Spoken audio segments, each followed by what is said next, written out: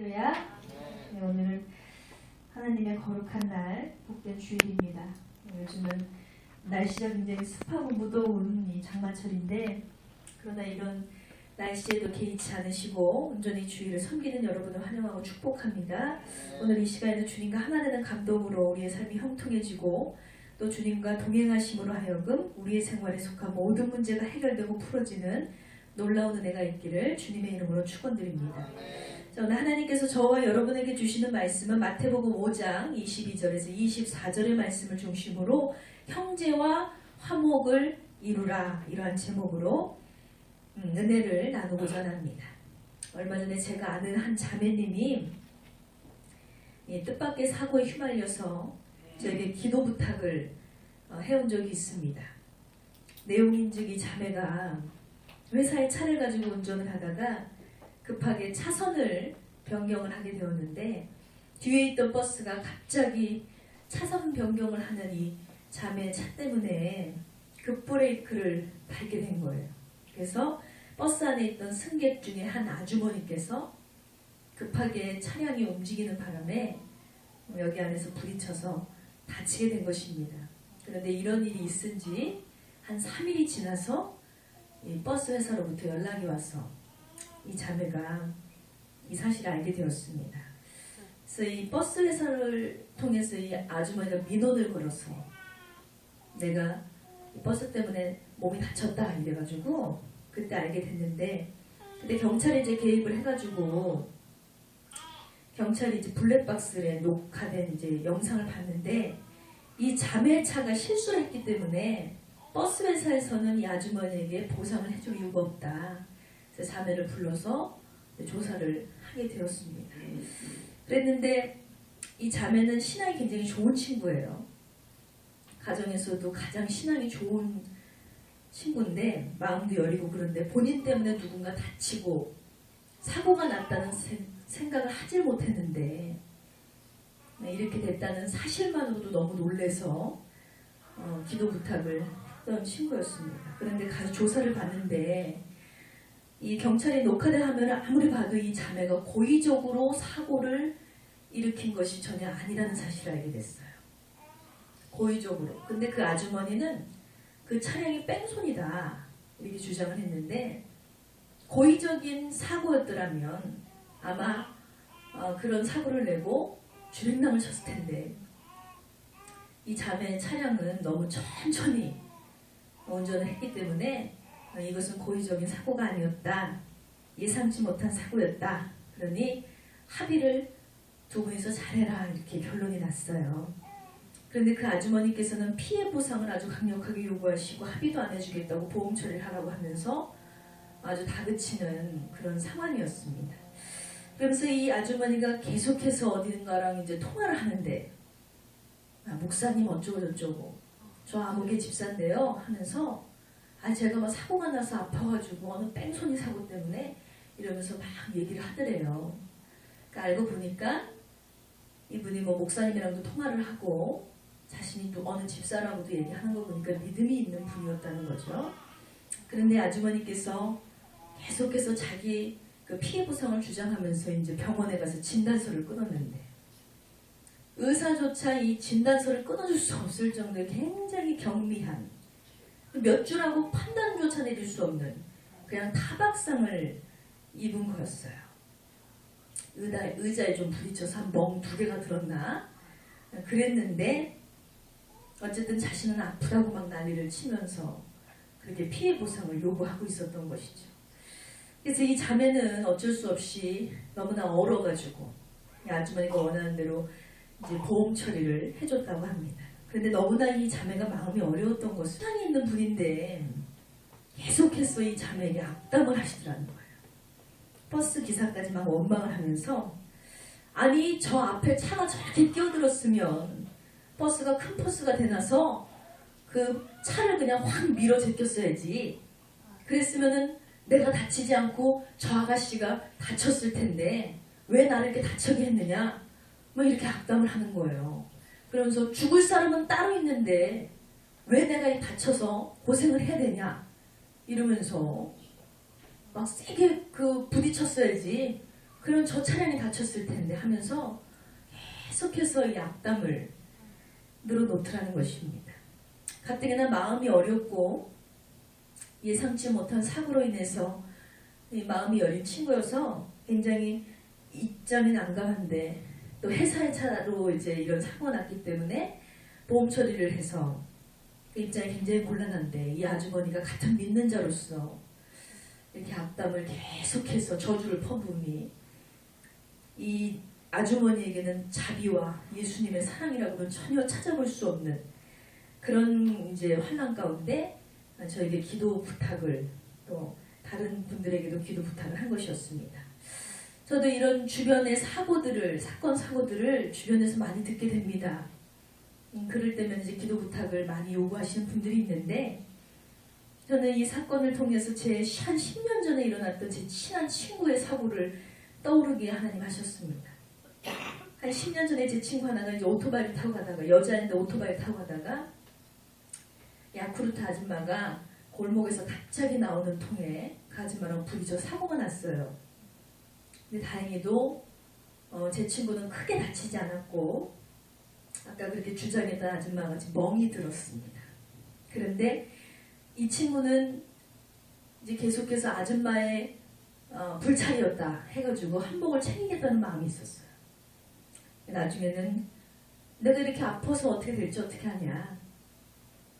그래서 병원에 누워버렸습니다. 그래서 그 아주머니에게, 야쿠르트 아줌마에게 무려 200만 원을 뜯어냈어요. 그러면서 합의를 한 적이 있는데 제가 그때 안타까워서 그런 얘기를 했어요. 친구한테. 이렇게 우리가 믿는 사람으로서 너무 남을 억울하게 하고 분통하게 하고 괴롭게 하는 것은 옳은 행동이 아니다. 하나님 기뻐하시지 않는다. 하나님이 네 생명 살려주셨고 하나님이 큰 사고 면하게 하셨으면 그것으로 너무나 감사한데 그렇게 해서 되겠느냐라고 얘기를 했는데 친구는 아랑곳하지 않고 그렇게 처리를 해버렸습니다.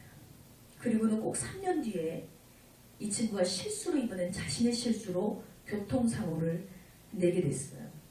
그때 제 친구보다 더 독한 아저씨를 만나서 그 몇 배 되는 피해 보상을 억울하게 물어준 적이 있습니다. 저는 이 과정을 통해서 하나님의 섭리하심을 보게 됐어요. 우리가 정말 믿는 자로서 이 정도밖에 다치지 않았다는 거. 그럼에도 내 목숨을 하나님 건져주셨다는 거. 얼마나 감사해요.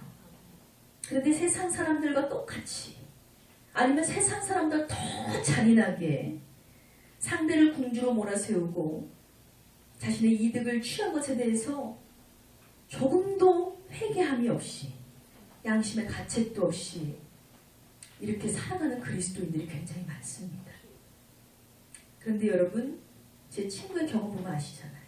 10년 전에 그렇게 자기가 박박 뜯어내더니 결국은 자기가 3년이 지나서 몇 배를 보상해주는 것도 억울하게 그런 역사 하나님 보게 하셨습니다. 이것이 뭡니까? 하나님께서는요 절대로 완악한 자의 편이 되어주시지 않습니다. 반드시 그 죄값은 치러지게 되어 있다는 것이죠. 제가 이런 생각을 한 적이 있는데 이번에 이 자매의 사건을 통해서 저는 또 그때 생각이 났습니다. 하나님은 정말 공평하시구나. 그래서 제가 그렇게 위로했어요.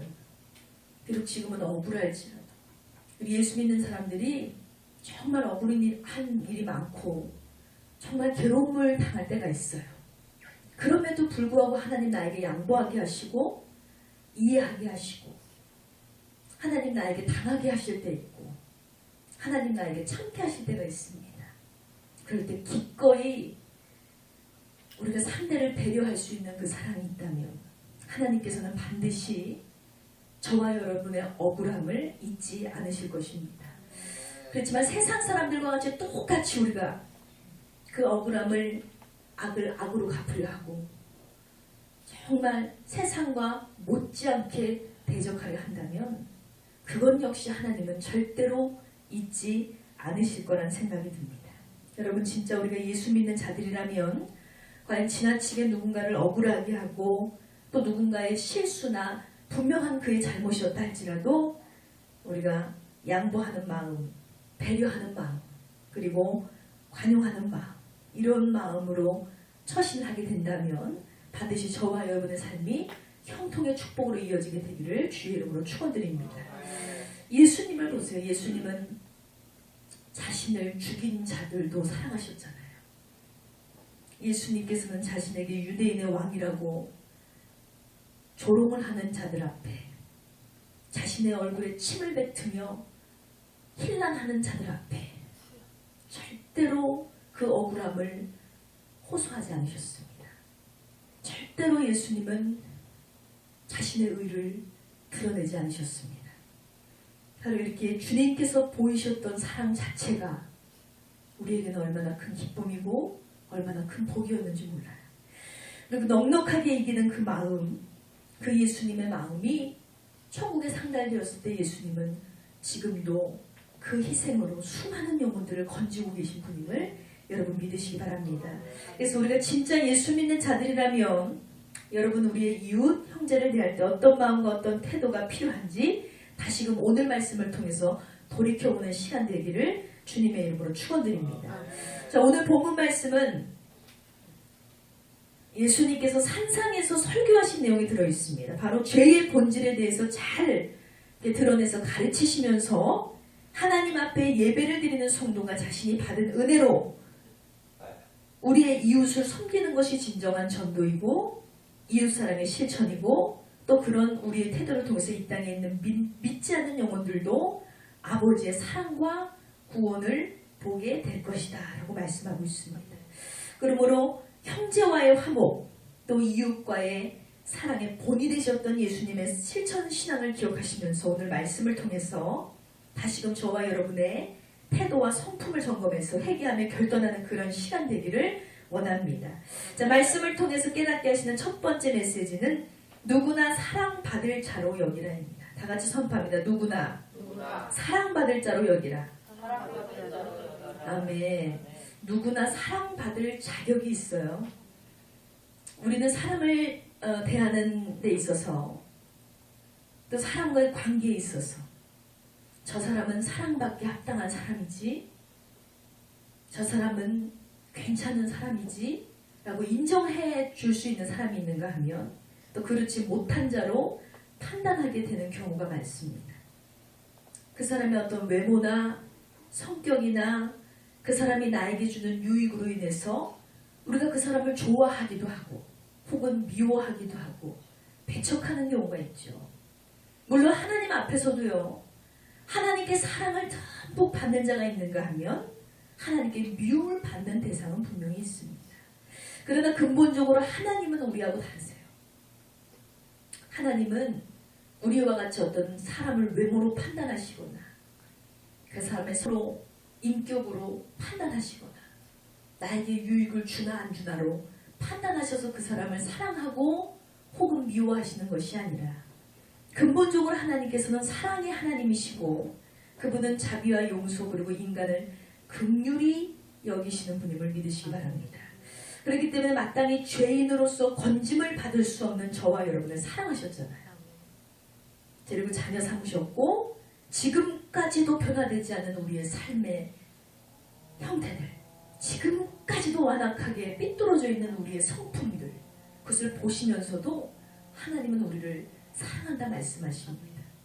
우리가 자녀로서 끊임없이 변화되어야 되는데 하늘나라 자녀로서 자격이 없는 우리를 사랑하셔서 하나님은 여전히 우리를 기다리고 계시고 여전히 우리의 실수를 용서하고 계시고 여전히 우리의 연약함을 자비롭게 품고 계시는 그런 아주 긍휼이 많으신 그러한 분이라는 것입니다. 그렇기 때문에 하나님 안에서는 포기가 없어요. 하나님은 절대로 저와 여러분을 포기하지 않으십니다. 그럼에도 불구하고 그분의 뜻대로 살기를 원하는 자, 겸손하고 선을 행하는 자, 그로 인해서 아버지를 기쁘시게 하는 자에게는 더욱더 축복하시고 복을 주시는 분임을 우리는 기억할 수 있습니다. 이 사실은 절대 변하지 않죠. 왜냐하면 하나님께서는 절대로 죄와 타협하시는 분이 아니시기 때문입니다. 다 사랑하시지만 사람은 사랑하시지만 죄인은 사랑하시지만 하나님은 죄를 사랑하시지 않는다는, 우리가 못나고 부족하다, 사람에게는 손가락질 안 할 수 있어요. 우리가 연약하고 우리의 삐뚤어지고 어긋난 성품들, 사람들은 우리를 미워할 수 있습니다. 그러나 하나님은요, 그런 우리를 싫어하지 않으세요. 하나님 아버지 그분 앞에 사랑받지 못할 이유가 전혀 없다는 거예요. 그러니 하나님은 사랑하지 않을 자가 없어요. 그러나 하나님이 사랑하지 않는 것은 무엇입니까? 죄예요, 죄. 하나님은 죄에 속한 자는 반드시 심판하시기를 원하신다는 것입니다. 그렇다면 과연 저와 여러분은 어떤 대상을 싫어할 때, 여러분이 어떤 사람을 싫어해요? 그리고 그 속에 있는 죄를 싫어하기 때문에 그 사람을 싫어하는 것입니까?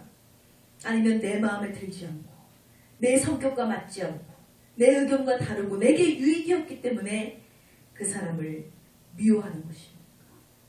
우리는 하나님과 너무나 달라요. 나 중심으로, 오직 사람 중심으로 그렇게 사람을 판단하고 있는 것입니다. 그러나 이런 잘못된 판단과 정죄 그리고 비판에서 벗어나는 길은 오직 하나님의 시선으로 형제를 바라봐야 될 줄 믿습니다. 그리고 오늘 제목과 같이 형제와 화목을 이루는 저와 여러분 되시기를 주님의 이름으로 축원드립니다. 자, 오늘 본문 말씀 마태복음 5장 22절의 말씀 다 같이 보시겠습니다. 22절입니다. 나는 너에게 이르노니 형제에게 노하는 자마다 심판을 받게 되고 형제에 대하여 나가라 하는 자는 공에 잡혀가게 되고 미련한 놈이라 하는 자는 지옥불에 들어가게 되리라 그랬습니다. 아멘. 자, 오늘 말씀에서 우리와 함께하는 사람을 성경은 형제라고 이렇게 말씀하십니다. 우리와 함께하는 자들이 누구예요? 여러분, 우리의 가족도 형제입니다. 믿음 안에서, 예수 안에서 형제예요. 또 우리의 친구들, 이웃들, 또 이 교회 안에 속해 있는 이 공동체, 이 성도들, 우리 서로는 다 형제입니다. 이 세상의 가치관으로 볼 때는요, 세상 사람들은 재물에 따라서 어떤 학력에 따라서 지식에 따라서 사회적 지명도에 따라서 서로가 대접이 달라지고 영향력이 달라지고 결과가 달라지잖아요.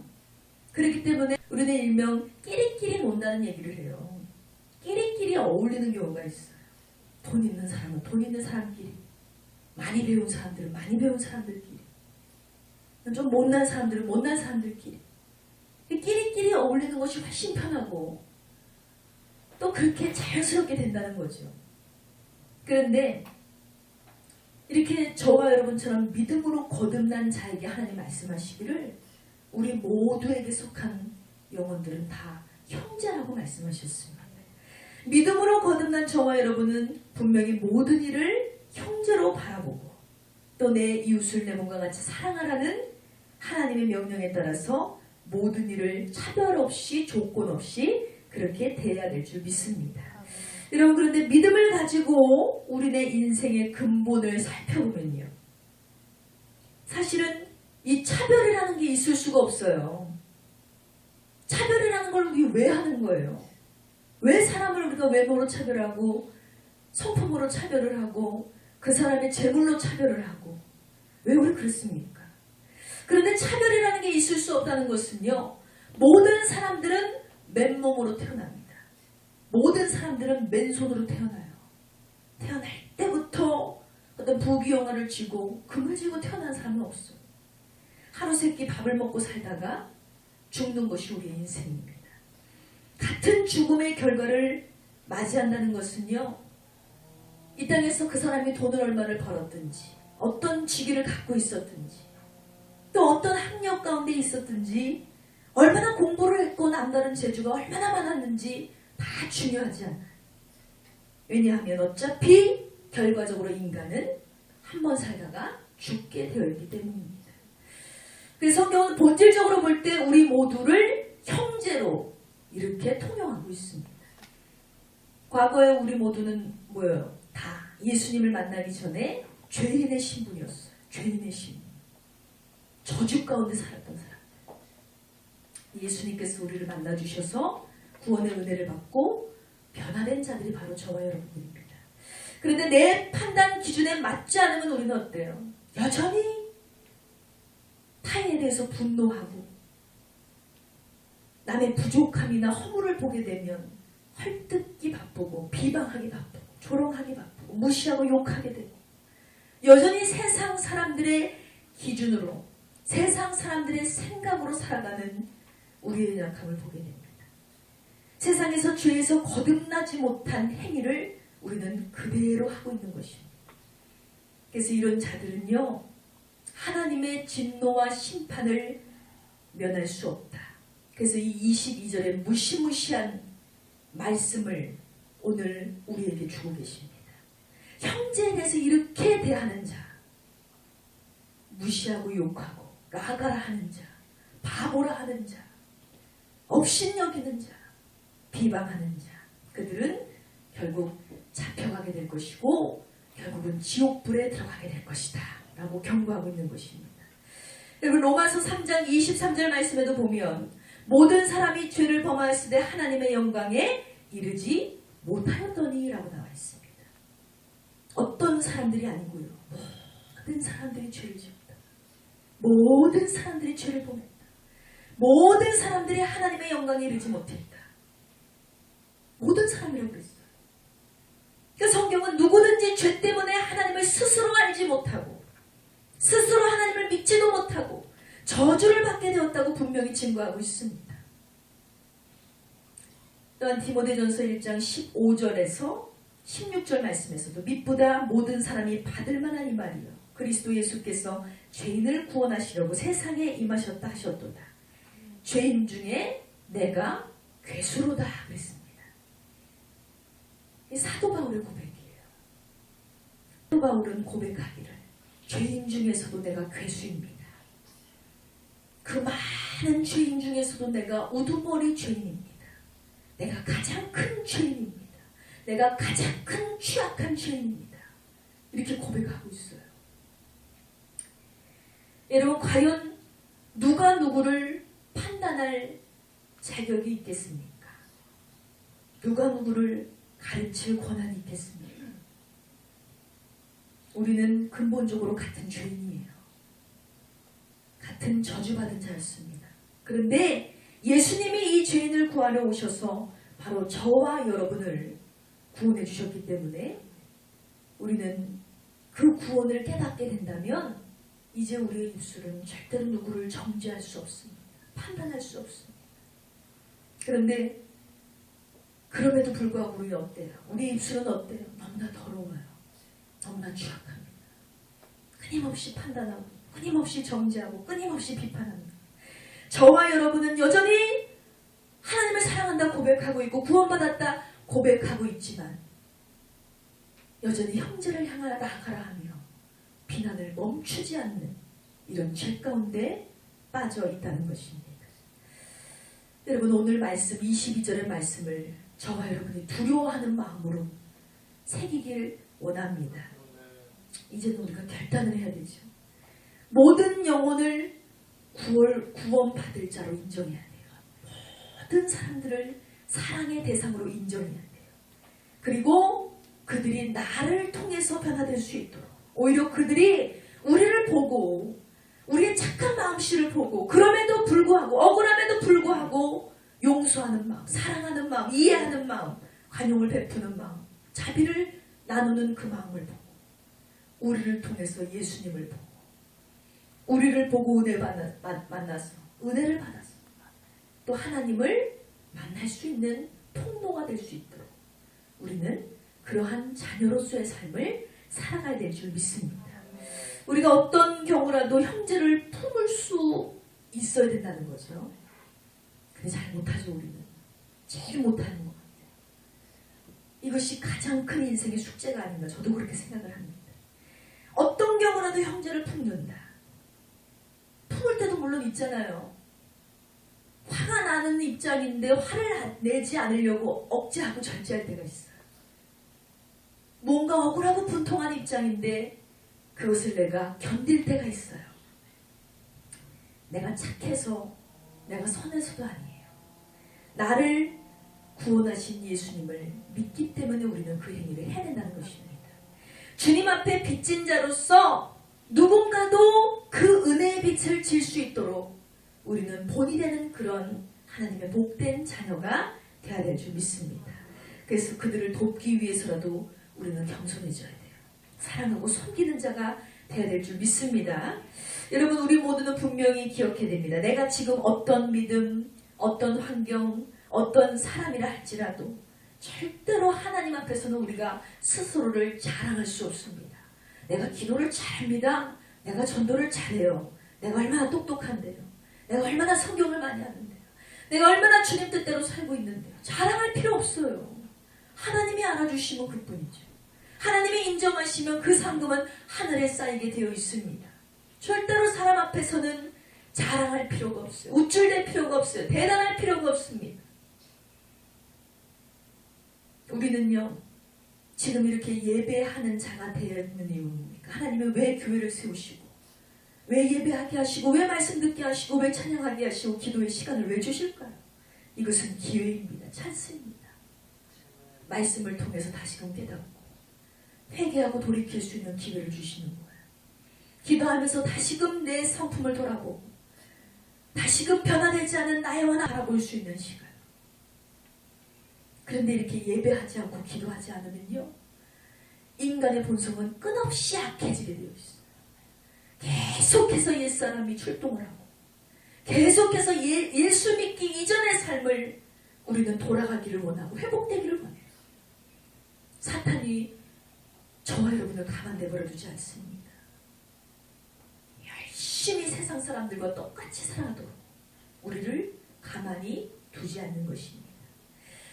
우리는요, 말씀 앞에 서지 않으면, 예배하지 않으면, 하나님 앞에 서지 않으면, 그의 진리 앞에 서지 않으면 절대로 내 스스로의 허물을 돌아볼 수 없는 자들입니다.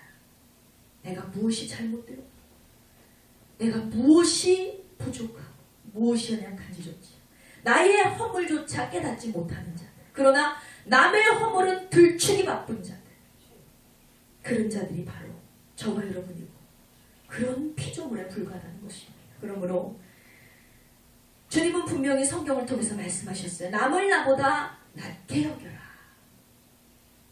남을 나보다 낮게 여겨라. 좋게 여겨라. 이런 주님의 명령과 같이 우리는 스스로가 높아지고 잘난 척하기를 좋아하는 자가 되지 말고 이제는 나보다 남을 더 높게 여기고 겸손한 마음으로 과시하는 마음 대신에 우리가 누군가를 사랑하고 배려할 수 있는 그런 마음으로 예수님을 닮은 그런 따뜻한 시선과 사랑을 품는 저와 여러분 되시기를 주님의 이름으로 축원드립니다. 자, 둘째로 우리가 형제와 화목을 이루기 위해서 깨닫게 하시는 메시지는 예배의 은혜가 흘러가게 하라입니다. 다 같이 선포합니다. 예배의 은혜가 흘러가게 하라. 아멘. 여러분, 물도요, 이렇게 다 고여있으면 어때요? 물은 썩게 되어 있어요. 요즘에 장마철이 돼서 비가 많이 쏟아지니까 이 지나오면서 개천물이 얼마나 맑은지, 이 좋은 동네에 살게 해주신 하나님 감사합니다. 비가 내리니까 미세먼지도 날아가고 다 맑고 좋네요. 이러면서 요즘 걸어다니고 있어요. 그런데 한참 우리가 가뭄이었잖아요. 비가 내리지 않았을 때는 이 아름다운 개천도 물이 고여 있으니까 차고 넘쳐서 흘러서 물이 맑아지는데 자꾸 정체되어 있고 고여 있으니까 썩더라고요. 그래서 얼마나 이 물이 시커매지고 더러워 보이고 혼탁해 보이는지 몰라요.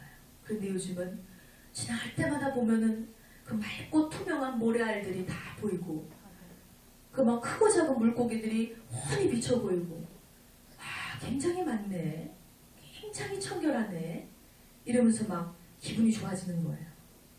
마찬가지죠. 여러분, 예배를 통해서 우리는 말씀을 듣습니다. 그런데 이 예배를 통해서 하나님의 말씀을 받으셨다면 그것이 내 삶 가운데 흘러가도록 해야 돼요. 그런데 우리가 예배를 드리고 말씀을 받았음에도 불구하고 그 말씀이 내 안에 고여 있어요. 정체되어 있어요. 움직이지 않습니다. 실천되지 않습니다. 그러면 그 말씀은 곧 썩어 문드러지게 되어 있어요. 절대로 내 안의 능력으로 나타날 수가 없다는 것입니다. 마태복음 5장 24절의 말씀 봅니다. 예물을 제단 앞에 두고 먼저 가서 형제와 화목하고 그 후에 와서 예물을 드리라 하겠습니다. 정말 좀 독특한 말씀이에요. 갑자기 형제를 비난하지 마라. 형제를 비판하고 욕하고 무시하지 마라. 바보라 여기지 마라. 이렇게 경고하시더니 갑자기 예물에 대해서 온눈을 하시는데, 예물을 드리려고 그 예물을 갖고 성전에 왔다 할지라도 너희가 형제와 어긋난 것이 있어. 형제와 사이가 안 좋은 것이 있고 원수해진 것이 있다면 예물을 드리기 전에 먼저 그 형제와 풀고 오라는 거예요. 그 화목을 이루고 그 다음에 와서 기쁨의 예물을 드리라고 말씀하고 있습니다. 여러분이 생각하는 예배란 과연 무엇입니까? 예배는 이렇게 정의할 수 있습니다. 바로 하나님과 인격적으로 만나는 시간입니다. 이 하나님과 인격적으로 만나는 이 시간에는 은혜의 생수가 막 넘치도록 되어 있습니다. 은혜의 생수가 막 시작되는 순간이에요. 그러니까 하나님을 만나는 성소에서 생수가 흘러나와서 온 땅을 적시고 세상 모든 영혼을 살리는 시간이 바로 이 예배하는 순간이라는 것입니다. 우리가 예배를 드리잖아요. 저와 여러분이 예배를 드리면 하나님으로부터 흘러나오는 이 구원의 생수, 은혜의 생수를 우리가 먹게 됩니다. 마시게 됩니다. 그러면 그 은혜를 받아서 우리가 세상을 향해 나아가서 그것을 그대로 전달하는 전달자로서의 삶을 감당하게 되는 것입니다. 그런데 이렇게 하나님의 은혜가 흘러 넘치도록 하나님의 은혜가, 하나님의 말씀이, 하나님의 진리가 우리를 통해서 흘러 넘쳐야 되는데 이게 정체되어 있다는 거죠. 우리가 예배에서 받은 생수를 내가 영적으로 사용하지 않고 또 인격적으로 하나님을 경배하지 않고 하나님의 뜻대로 순종하지 않고 그냥 머물러 버린다. 사라지거나 혹은 고여있거나. 그렇게 되면 우리가 하나님과 바른 관계를 맺을 수 없고 바른 인격을 형성할 수 없고 바른 은혜를 나눌 수 없다는 것입니다. 결국은 우리가 하나님과 바른 관계를 맺는다는 건 뭐예요? 하나님 앞에서 제대로 된 인격으로 서야 된다는 것입니다. 우리가 어떤 사람을 만나면 제일 먼저 간파하는 것이 뭐예요? 이 사람의 성격이 어떤가? 이런 생각들을 많이 하죠. 저 사람의 성격이 어떤가? 상대방의 성향을 우리는 파악하려고 합니다.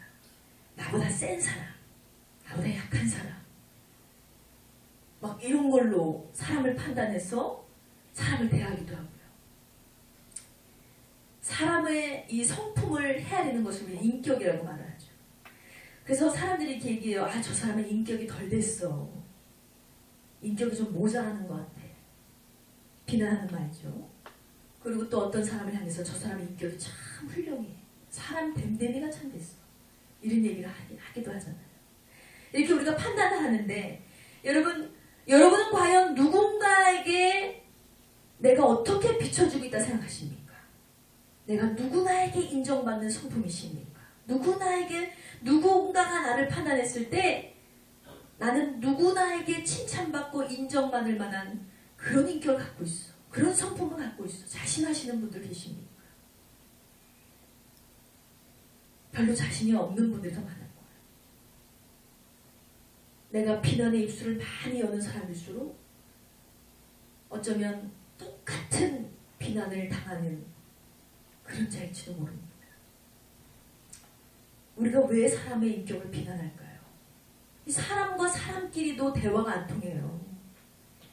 그런데 하늘에 계신 분, 보이지 않는 하나님 거룩하신 주님을 죄인은 내가 인격적으로 만난다. 사실은 이거는 굉장히 불가능한 행위입니다. 그러나 우리 아버지의 뜻은 뭐예요? 하나님께서는 모든 사람이 구원받고 은혜로 살아가기를 원하신다는 것입니다.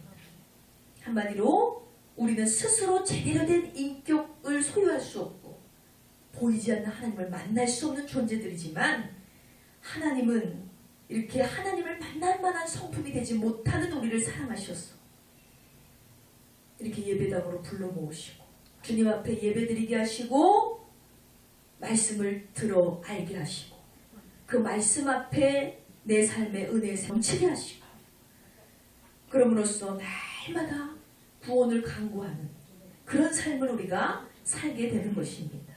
그래서 우리의 가정 어려운 형편이 많잖아요. 우리의 직장 사정이 많습니다. 내 형제와 이웃과 화목하게 지낼 수 없는 그런 이유들이 제각각 있습니다. 그러나 이 완악한 마음도 다 주님이 주시는 은혜의 생수 안에서 여러분 씻어내시기 바랍니다. 시원하게 씻어내셔서 주님의 말씀으로 다스려 가셔야 돼요. 우리의 인격을, 우리의 성품을 주님 주신 그 마음으로. 에스겔서 47장 1절 말씀에 보면 그가 나를 데리고 성전 문에 이르시니 성전의 앞면에 동쪽을 향하는데 그 문지방 밑에서 물이 나와 동쪽으로 흐르다가 성전 오른쪽 제단 남쪽으로 흘러 내리더라 그랬습니다. 이 물이라는 것은 흘러갈수록 깊어지고 충만해지고 차고 넘치게 되어 있어요. 스며 들어오는 물이 발목을 채웠어요. 그러면 계속해서 그 물이 스며 들어온다면 언젠가는 그게 차올라서 무릎을 채우겠죠. 그리고 계속해서 그 물이 들어오다 보면 허리를 채울 거예요. 그리고 우리의 머리까지도 채울지 몰라요. 그리고 차고 넘치게 되어 있습니다. 그러면 그것을 우리는 강이라고 부르고 바다라고 부르게 되어 있습니다. 바로 우리에게 예배란 이런 물과 같은 거예요. 예배란 이런 물이 돼야 됩니다. 예배할수록 여러분이 예배할수록 은혜의 생수가 흘러넘쳐서 내 몸을 적시고 내 몸을 차오르게 하고 내 삶을 흘러넘치게 만들고 강을 이루듯이 이렇게 채워지고 채워지다 차고 넘쳐서 찰 데가 없어서 흘러넘쳐서 우리는 예배를 통해서 인격을 다듬고 관계가 변화되고 내 삶의 영역이 채워지고 변화되는 그 은혜의 생수가 흘러갈 수 있도록 우리는 그 생수를 온전히 경험해야 될 줄 믿습니다. 이런 예배자의 모습을 하나님은 기뻐하신다는 것입니다. 그러니 24절 말씀에서도 우리가 아무리 감사의 예물을 드린다 할지라도 형제와 원수를 맺고 다투고 미워하여 드리는 예물 하나님께서 절대로 축복하시지 않는다는 거예요.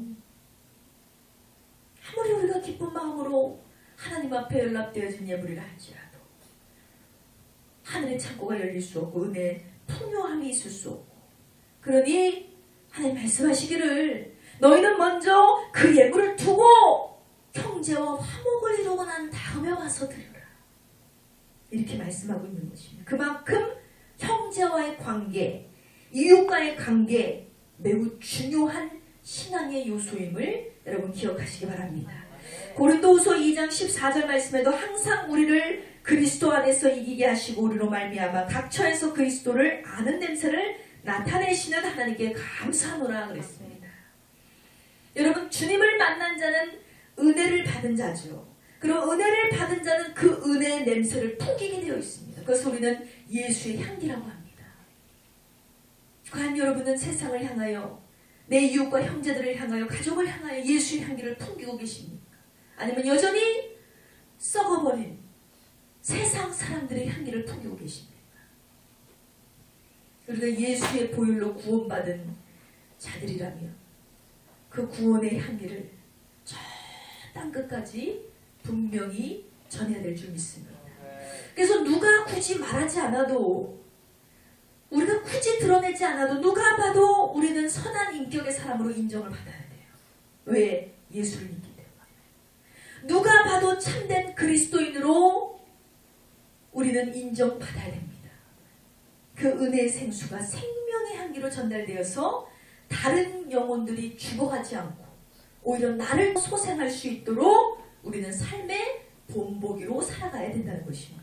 그러므로 저와 여러분의 삶에 날마다 예배가 더해지므로 주님께서 부어주시는 말씀의 생수로 하여금 우리의 더럽고 취약한 모든 것들이 다 씻겨져 내려가고 항상 깨끗하고 맑은 물로 채워지게 되기를 주님의 이름으로 축원드립니다. 자, 말씀의 결론을 맺습니다. 사랑하는 성도 여러분, 오늘 하나님이 귀한 말씀 주셨어요. 결론은 그거잖아요. 형제 무시하지 말자. 내 이웃들 비방하지 말자. 욕하지 말자. 욕할 자격이나 있느냐? 욕할 만한 대상이나 되느냐는 거죠. 오늘 이 말씀을 들으면서 혹시 여러분 안에서 생각나는 사람들이 있을 수 있어요. 아, 내가 그 사람을 그렇게 미워했는데, 내가 우리 가족을 그렇게 저주했는데.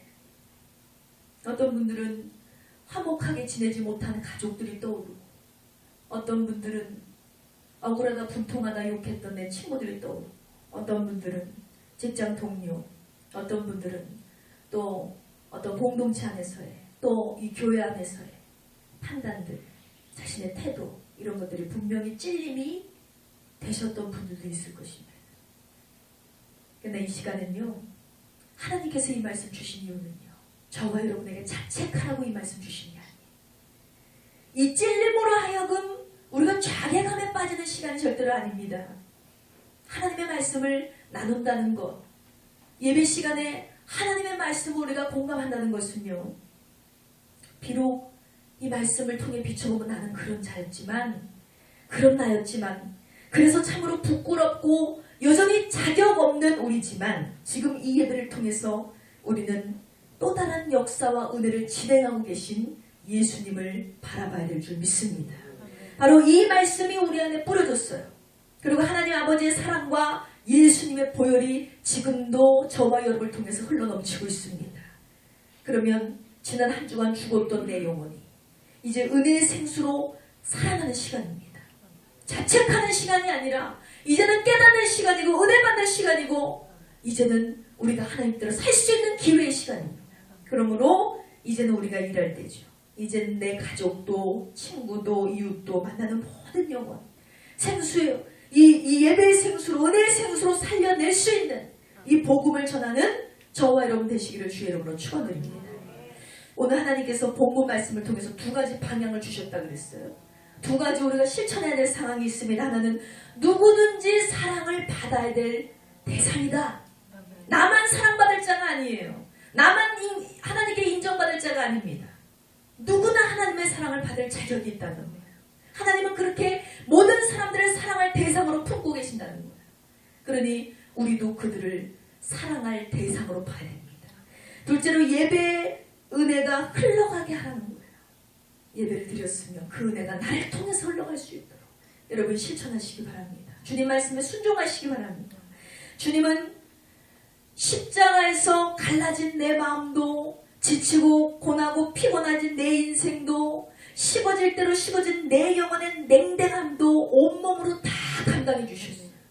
그런데 우리는 남을 조금 더 감당할 수 없잖아요. 우리는 내 이웃을 조금 더 용서할 수 없고, 조금 더 이해할 수 없고, 그들에게 조금 더 자비를 베풀 수 없고, 사랑을 전하지 못하는 완악한 마음. 그런데 주님은 그러시지 않으셨어요. 나 때문에 살이 찢기셨고요, 나 때문에 찔리셨고 못 박히셔서 죽으심으로 내 영혼의 짐을 대신 짊어지셨다는 것입니다. 우리가 그렇게 빚진 자라면 그 빚을 갚는 길은 내 이웃을 내 몸과 같이 사랑해라. 형제를 너보다 낮게 여겨라. 주님의 말씀대로 우리는 덤으로 사는 이 인생, 우리의 삶 가운데 은혜의 생수가 넘칠 수 있도록 그렇게 실천하는 저와 여러분 되시기를 주님의 이름으로 축원드립니다.